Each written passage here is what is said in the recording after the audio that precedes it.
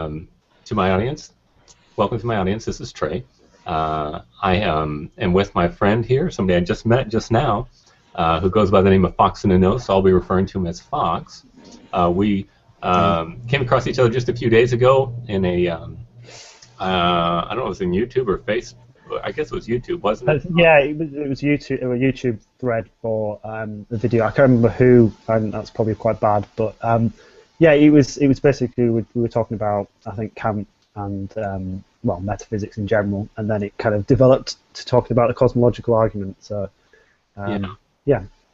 Okay, well that's great. So I invited him to come do a hangout. He's never done one before, and I actually don't know a whole lot about it myself. I know enough now to run one.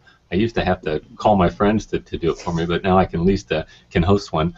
And so what we were basically talking about is Fox is really knowledgeable in philosophy, and I was saying how I was critiquing Kant's view of the cosmological argument, and he was wanting me to give justification why I didn't like Kant's thinking, and so we got into a conversation on that, and so then I invited him to go ahead and have a hangout. I think this format is better, that we can have interaction and back and forth that can better exchange ideas and maybe get some more clarity in our given perspectives. So that being said, let's go ahead and begin.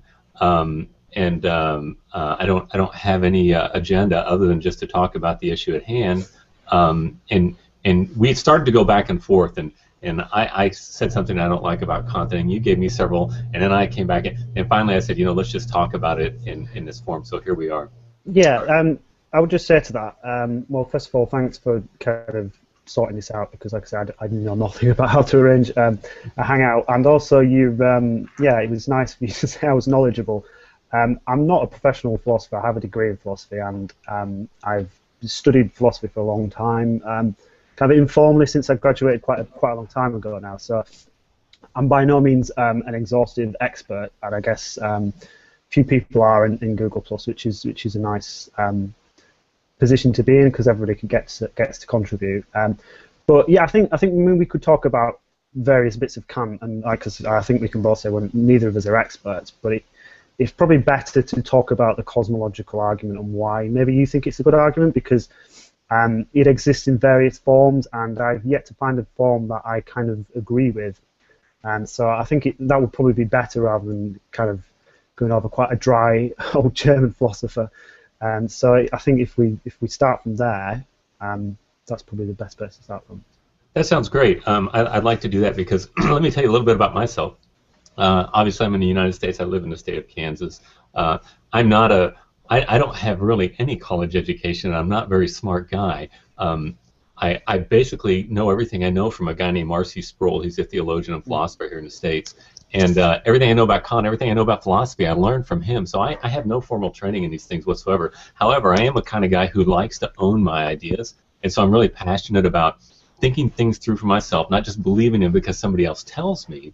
And so I can assure you, Fox, that you know a lot more than I do on these issues, but I do know just a little bit. So I'm very happy just to speak to the argument itself, rather than going off into some highly philosophical tangents, although I think that we'll probably talk somewhat about that in our conversation as it goes.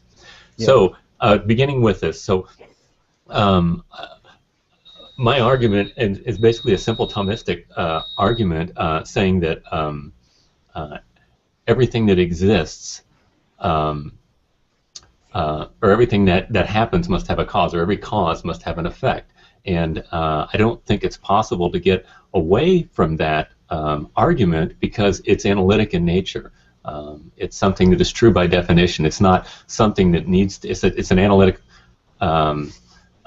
components to it that don't have any synthetic. There's no material to it outside of itself other than the definitions of the word. The only way you can define an effect is that which is a result of a cause, and everything, only way you can define a cause is to say that which gives rise to an effect. So to deny any of those aspects is to deny the whole argument itself. Really, it's just an extrapolation of the law of non-contradiction, and which is going to be the very foundation of our inquiry here. I'm going to ask you for two presuppositions. I'm going to ask you for the law of non-contradiction, or law of rational coherence, and I'm going to ask you for basic reliability of sense perception. That doesn't mean I have a lot of sense perception, just enough to know that I, as an inquirer, exist to think about these things. Would you be able to grant me those two presuppositions?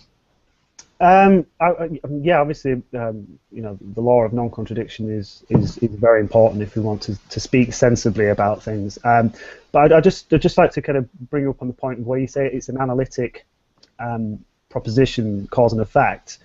That generally isn't held, and it hasn't been since Hume. If you mean by something that it's analytically it's valid, then you're basically saying that you don't need to go to anything other than itself. It's true. It's kind of like a tautology, An unmarried man is a bachelor, that kind of stuff. So it wouldn't.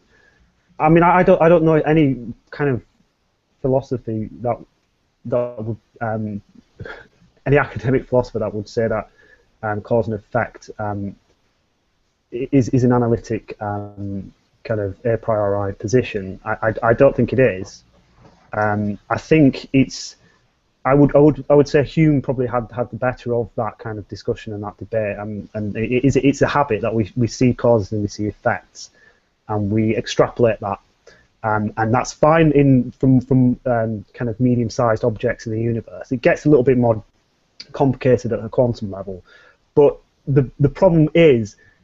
Everything within the set of objects that the universe is may well be kind of causally implicated, but we can't say then that the set of all sets is necessarily caused. That would be kind of overreaching, I guess, and that's kind of where I tend to have problems with cosmological arguments in general, because they trade on very kind of basic and obvious intuitions that we form about how we think, and it's our brains are kind of quite Aristotelian in many respects, so we kind of tend towards thinking these things just really make sense to us. But actually, we should be careful where we apply those kind of intuitions. When we have no data, we don't know what goes on in if it even makes sense to talk about a before the universe or a beginning of the universe. So I would kind of, I don't want to take up too much time on this, but I think cause and effect, you could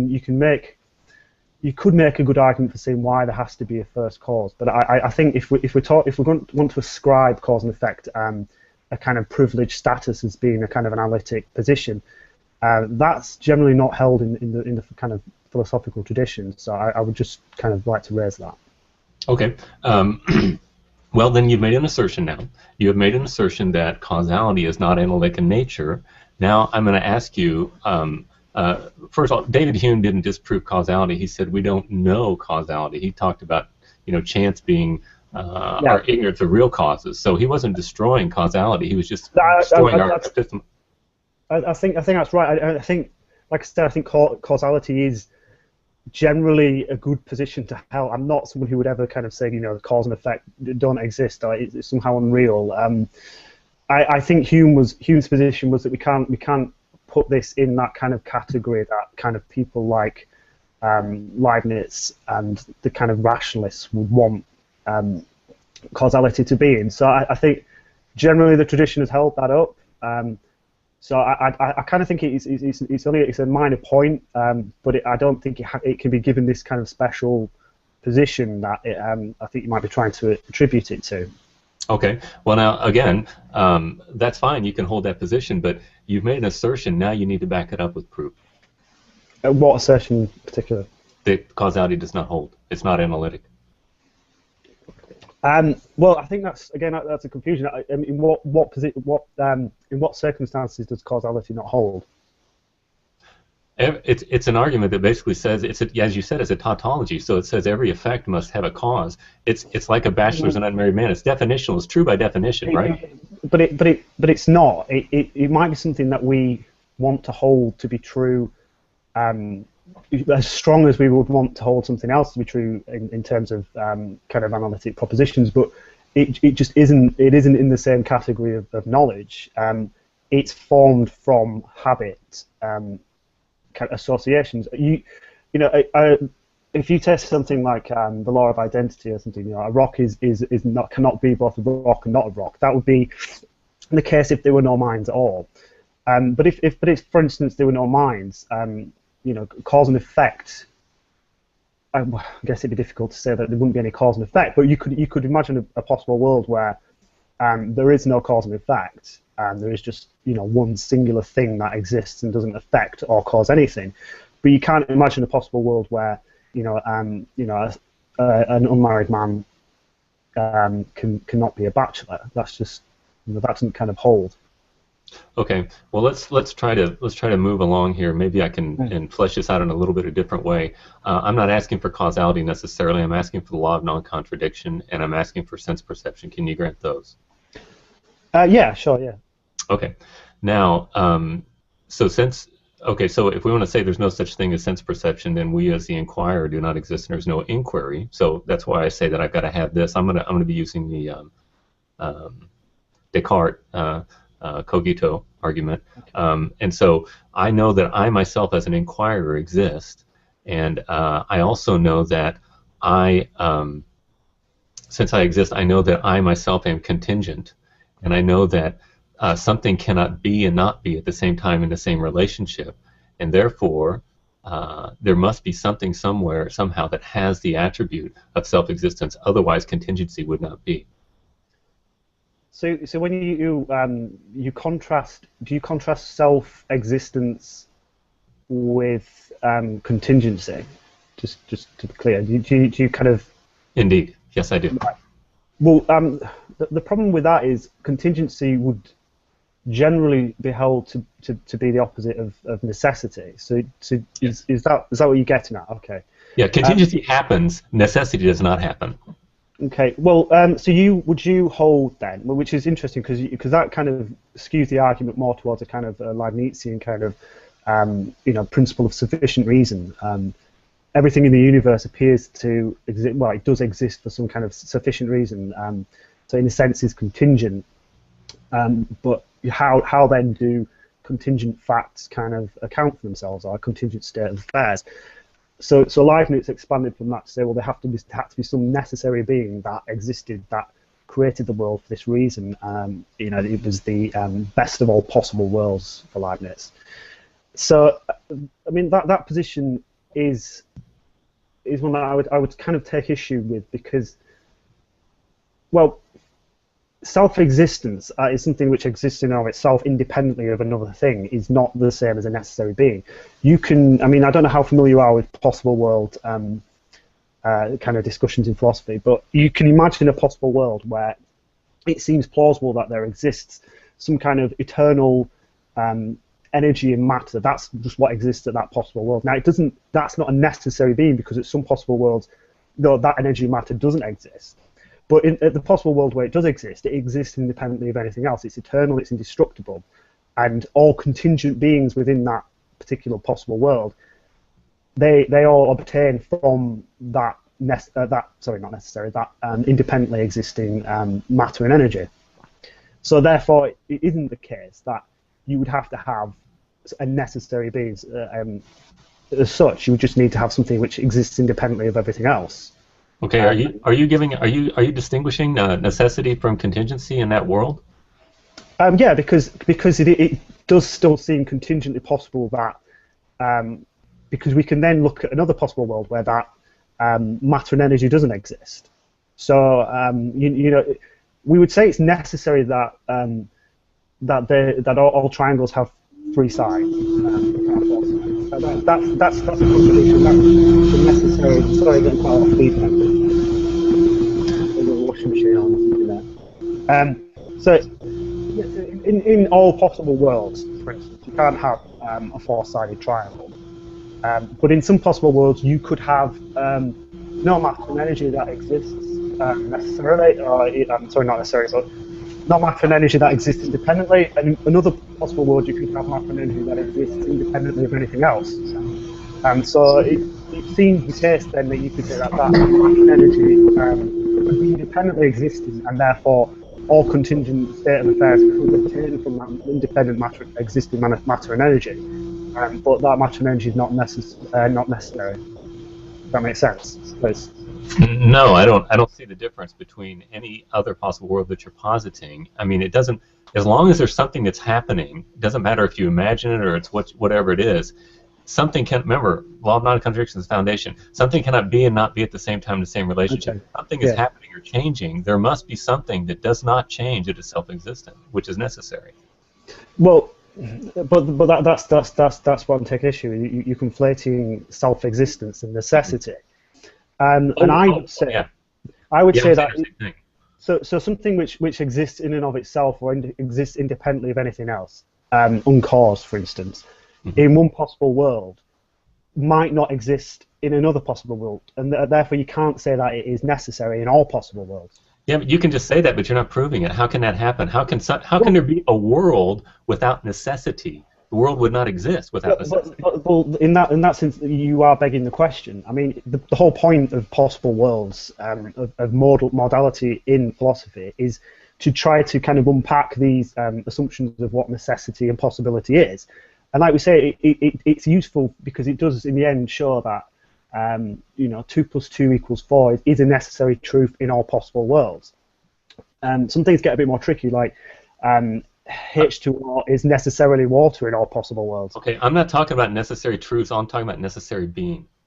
Okay, but we could then we can propose states of affairs, beings that obtain in certain worlds and don't obtain in other worlds. It isn't necessary that Barack Obama is the president of the United States in all possible worlds.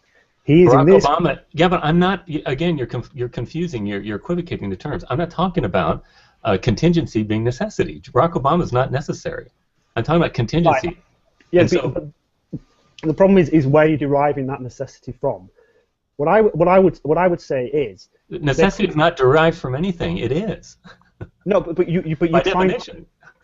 Well, okay. Just to backtrack a bit, what I'm saying is that it is possible that there is some world where there exists an independently existing state of affairs, from which all other entities in that possible world obtain. So they get their reality derived from. It must be singular. You can't have multiple self-existences, because then they would have to have some kind of difference in characteristic, and they would not be superlative, and therefore the one that that has a different characteristics, if they're different, the one that has difference, one is better than the other. Therefore, only one would be.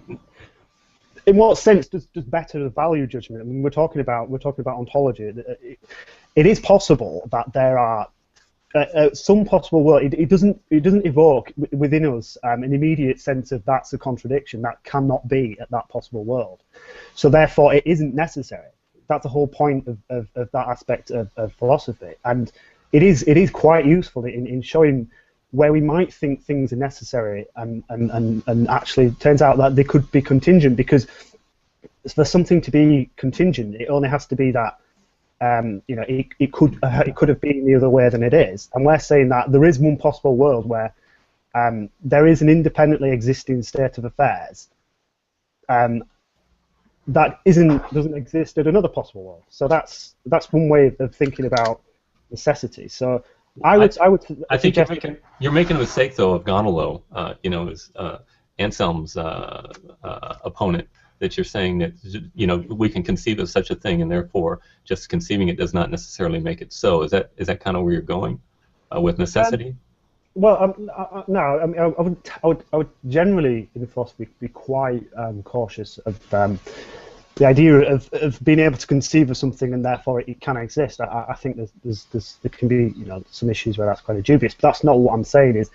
What I'm saying is we can use that example to show that, for instance, we could be that possible world where there could just be some independent state of affairs which gave rise to all the contingent facts that we see and all the contingent state of affairs that we see. Yeah, but Fox, you're happening. I mean, you're not necessary. You know that you're not necessary, right? Well, another additional problem is that kind of necessary truths imply, or there's the conjunction between what obtains of necessity is in and of itself necessary. So if you want to hold to the principle of sufficient reason and say that there has to be a necessary being. Then everything that obtains of that necessary being is therefore necessity. If you trace back the steps, you find that it could not have been any other way than it is, in a sense. So you get rid of contingency that way. So what I'm saying is that the principle of sufficient reason, we can kind of see why we hold to it, but it doesn't necessarily apply to. It doesn't necessarily obtain from a necessary being. I think it's a general principle, but it's in its strongest sense, its strongest application. It's not. It doesn't hold because there could just have been some independently existing being or state of affairs, which you generally apply to God anyway, and from that, the universe obtains. You know that we are all causally linked to some state of affairs that always existed. Okay, so you're saying something that happened could have created all that we know. Yeah. Okay, well then you're calling a cause and effect, and you're just equivocating terms. You're denying the law of non-contradiction. This is why I said causality is just an extrapolation of law of non-contradiction. If an effect can happen, or something that happens come into existence out of nothing, it would have to be and not be at the same time in the same relationship. That's why I say causality. I'm not saying anything came out of nothing. I don't hold to the idea that anything came out of nothing. Okay, so if something happens, is it not subject to that which acts upon it? Yeah, I mean that would seem to be how, generally speaking, the world works. But well, how could it not be? Well, I wouldn't hold how it would be. I don't necessarily have to prove how it doesn't. The thing. Well, I think to the point I would try to get back to is there could have been something that always existed, some state of affairs that always existed. It could even have always existed necessarily. Does always existing change? It could change. But it could always exist and change. No, it can't change because it's subject to that which brings change upon it, and therefore it's contingent by definition. Why is it subject to that which it brings change upon? Well, think about it. If something changes, it is at that moment, whatever is bringing the change upon it is the very thing that's lording over it at that moment. In other words, it's subject to that thing. But what if that thing changes in and of itself? What do you mean? What do you mean by change then? I mean, something has got to be acting upon it for it to change. It's got to happen, and then you've got to go back and you've got to say happening things happen out of nothing. It's irrational. No, that doesn't follow at all. I mean, if you want to talk about change, then there could be some original state of affairs that always exists, but it's constantly changing, and that is just its nature. Its nature is to change. No, because you're saying an effect is a cause there. You're saying an effect is changing. You're violating the law of identity. You're saying something that is an effect is actually... No, I'm not violating the law of identity at all. I'm saying that all contingent occurrences in the universe could obtain from some original state of affairs that is no longer changing but changed at some point. So it could have been in the past. It could have been almost, you could say almost eternally unchanging and then changed, and now we have... You're violating the law of identity. You're saying that somehow self-existence can become contingent. It's not possible. Well, no, not self-existence, because if you were to take the whole kind of set of objects, that in and of itself would be self-sufficient. It would be self-existent. It wouldn't. It would just be changing. But changes could be from the perspective. I mean, if you were one object amongst the set, you would see other objects changing. But if you were to kind of assume an objective viewpoint, which is kind of impossible to do, but if you were somehow looking outside of that, you would then see the whole set as being the whole set of possible things that obtain. Yeah, you're just violating the law of identity. That's all. I honestly don't see how that is a violation of the law of identity, because,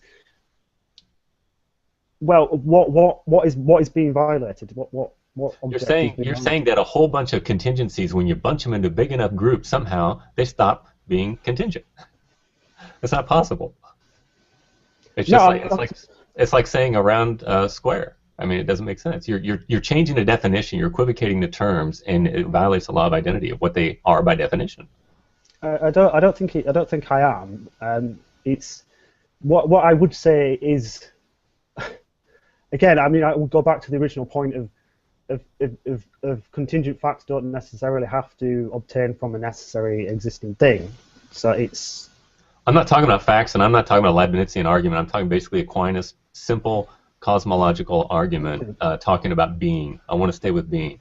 Okay. Well, we could then say that the conjunction of some necessary being and beings which are not necessary together, that they could.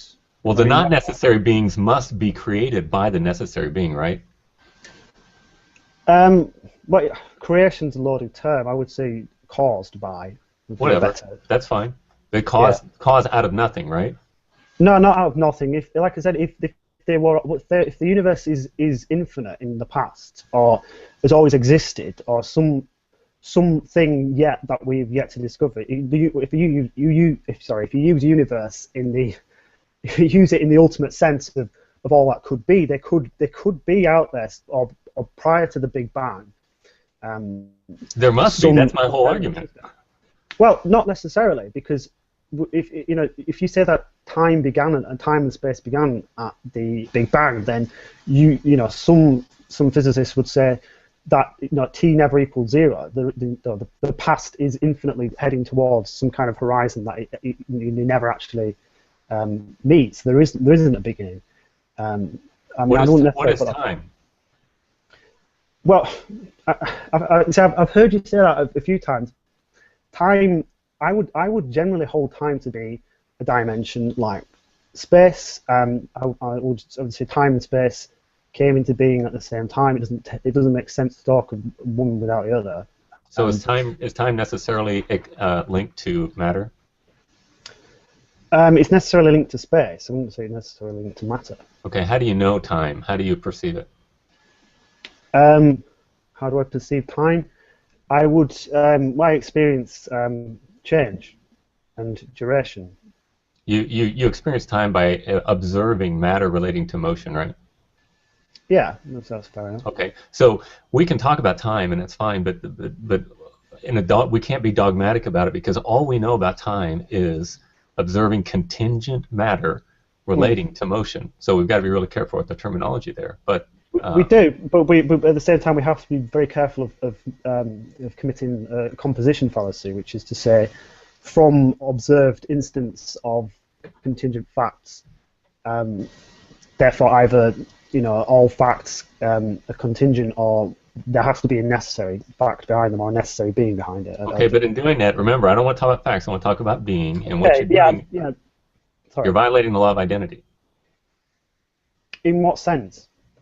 You're saying that contingency is aseity, or self-existence, and it can't be. Things that happen are not self-existent by definition. That's what the words mean. Well, one way you could think about it was you could like I say, you could posit the idea that matter and energy are eternal, and the things that make up you and me, the atoms, are the simple things that make us up. Well, I'm not going to concede that. I know matter and energy are said to be the same thing, and I'm not a physicist. I don't know how this stuff works, but all I know is matter, as far as I know it, matter is changing. Therefore, matter is not eternal. Now, if you want to say there's such a thing as some unknown self-existence, call it. Material things are changing, but matter and energy, if the total amount of matter and energy in the universe stays the same, then all that really is happening is that things are shifting around and changing. So it's the things that matter becomes that is contingent, but it isn't matter and energy that's contingent. Okay, well, again, it's if you're saying matter and energy have contingency within them, and there's no distinction between them, it's a violation of the law of identity. I don't necessarily matter. I don't think we know enough to say whether or not matter and energy are contingent, or whatever the ultimate kind of substratum of matter and energy, if there is one. See, I'm fine with calling energy self-existent from which everything comes. We're just quibbling over names now. I call him God, you call it energy. Well, that's an interesting kind of way of putting it, because if you say that God is energy, I think you would probably want to add a lot of other features to that, such as kind of will and knowledge and personality and things like that, which I think are completely superfluous and have no need to add them on at all. Are you a person? Do you have a will? Yeah. Do you have purpose? Do and I have purpose? I mean, are you a purposive being? I am, yes. Okay. Now, can purposiveness come about accidentally? Yeah, why not? Well, accident does not have the property of purpose, and so again, it's violating the law of identity, saying that both things happen at one time, and all of a sudden, boom, purpose came out of nothing. Well, I don't think anyone necessarily says that. I think if you think that purpose again is, I mean, do you mean some kind of teleological outcome that? No, I'm just talking about you. The very fact that you purpose to do something, that you value this conversation right now. Well, it's not an accident. So but there are perfectly good naturalistic means for why people emerge and why people would have purpose. Yeah, it's magics. That's what I always say. Instead of giving an answer, you say it's magics. No, it's not magic. I mean, if we want to talk about how life, if you want to talk about abiogenesis generally is a kind of a reasonably good position from evolution to then have kind of complex life forms and humans to eventually evolve and emerge, and then for humans to have kind of complex psychology and start to value things, and to become self-conscious, and why we would then have purpose. Well, that could be to do with our evolutionary drives as well as our kind of personal desires and our what we value, what our ethical values are, and how they arise from our populations, and that's generally enough to get you to having purpose. You don't need anything additional on top of that. Okay, well, I'm glad I'm talking to a philosophical, astute individual here, because now let's talk about Aristotelian causality. Are you familiar with that? Yeah, the four causes. Okay, so, yeah, four causes, and actually had some more than that. But you've got the material cause, you've got the final cause, you've got the instrumental cause, you've got the efficient cause. Now, what is the efficient cause of Darwinian evolution? What is the efficient cause of it? Well, it isn't necessarily the case that Aristotelian causality is like a benchmark for all causality, and it doesn't necessarily mean that even within the kind of the Aristotelian framework that you have to have an efficient cause for everything. So we would say that I mean the efficient cause of the famous example is the sculpture. So the efficient cause is the desire for the sculptor to bring about the sculpture.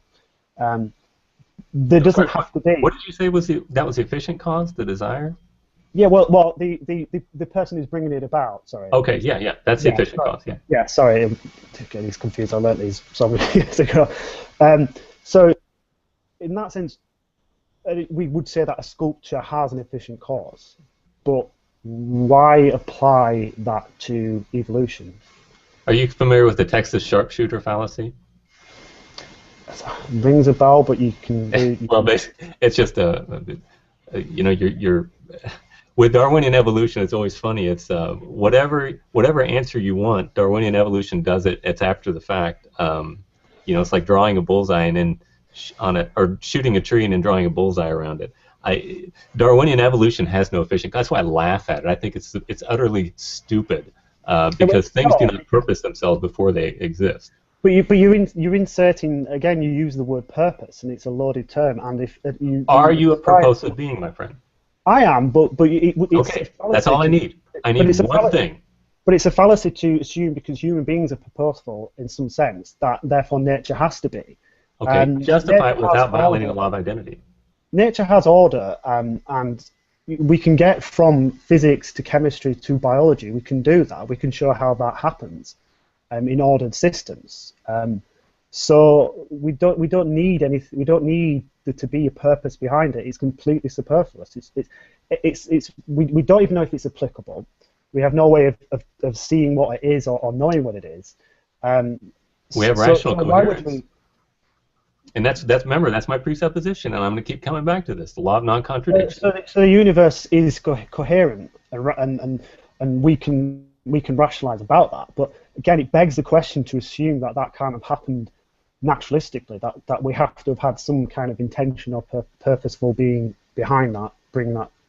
Okay, well, again, you're saying that intentionality can come about unintentioned, and it's a contradiction of terms. But you're assuming that there is intention. I'm You saying just that told me that you have intention. I have intention, but I emerge from. It doesn't. But Teleology, it doesn't matter.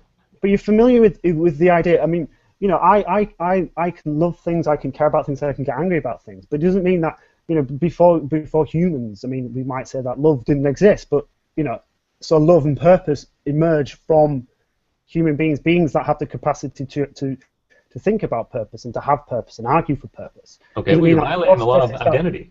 I'm not violating the law of identity at all. In what sense am I violating the law of identity? You're saying that you have a point in time, things are happening, okay, and all of a sudden unintentionality is intentionality. They have to somehow, at some point in time, it has to be and not be at the same time in the same relationship, and what it is not what it is. But I mean, well, you know, at some point in time you have a hydrogen atom and you know, 2 oxygen atoms, and then wow, you've got water. It's an emergent property. Well, that's completely different. You don't have opposites becoming each other with hydrogen forming one. But they're not. Then there isn't. It doesn't imply a contradiction to go from something not obtaining at T1 to it obtaining at T2. There's just been some change. There's just been some. No, we're talking about non-existence and inexistence of something. The opposite becoming. It's at the same time. So I mean, a car doesn't exist before it's pieced together. So at one stage there's the non-existence of the car, and then at another stage, so at T1 the car doesn't exist. At T2 the car does. Okay, but T1 and T2 is just a progression of something coming together, but it's not an opposite being affirmation. And obviously we're talking about a concept. I mean, we're talking about something, a label that we put on a kind of a human propensity. So why that couldn't emerge at all is, it baffles me why you think that. I mean, because the law of identity, I want to be rationally coherent.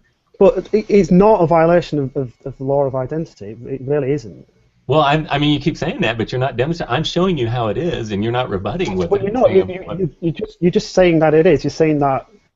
I mean, for the law of. I mean, the thing has changed. It's no longer what it was. Why is that? Why is that?